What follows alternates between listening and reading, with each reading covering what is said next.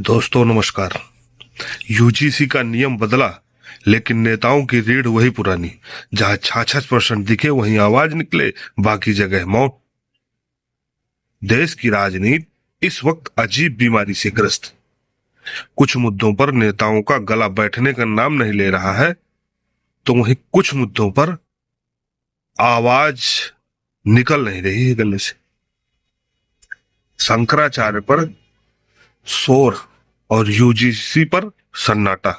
सपा प्रमुख अखिलेश यादव शंकराचार्य के मुद्दे पर गला फाड़ फाड़ कर बयान दे रहे।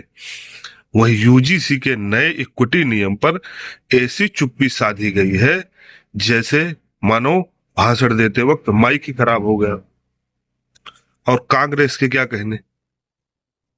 तो साहब राहुल गांधी अभी भी राजनीतिक समाधि में लीन है। शायद यूजीसी का मामला उन्हें तब दिखेगा जब भारत जोड़ो यात्रा के रास्ते में कोई विश्वविद्यालय आ जाएगा और बच्चे प्रोटेस्ट करते मिलेंगे। तब उनको याद आएगा कि अच्छा ये सभी कोई नियम। अब असली कहानी समझिए।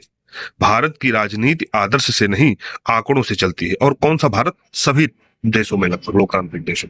ओबीसी भारत में लगभग 41% है, एससी लगभग 16.6% है, एसटी लगभग 8.6%। यानी कुल मिलाकर गरीब करीब 66% वोट।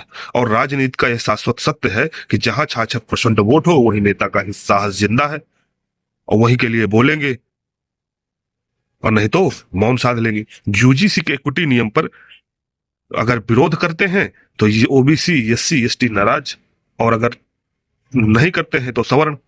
तो विपक्ष ने सबसे सुरक्षित रास्ता चुना, ना बोलो ना फंसो।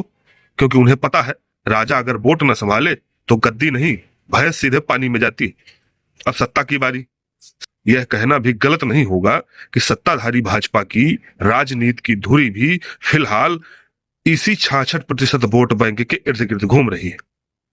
आप चाहे जिस योजना को उठा करके देखिए और चाहे इनके बयानों को, इसे एक बड़ा सवाल उठता है कि कहीं दूसरे के घर की आग बुझाने में अपना घर ही तो नहीं राख हो जाएगा।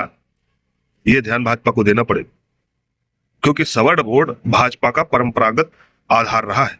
यह किसी से छुपा नहीं है कि सवर्ण समाज लंबे समय से भाजपा का कोर वोटर रहा है। संगठन, विचारधारा और चुनावी मशीनरी की रीढ़ रहा।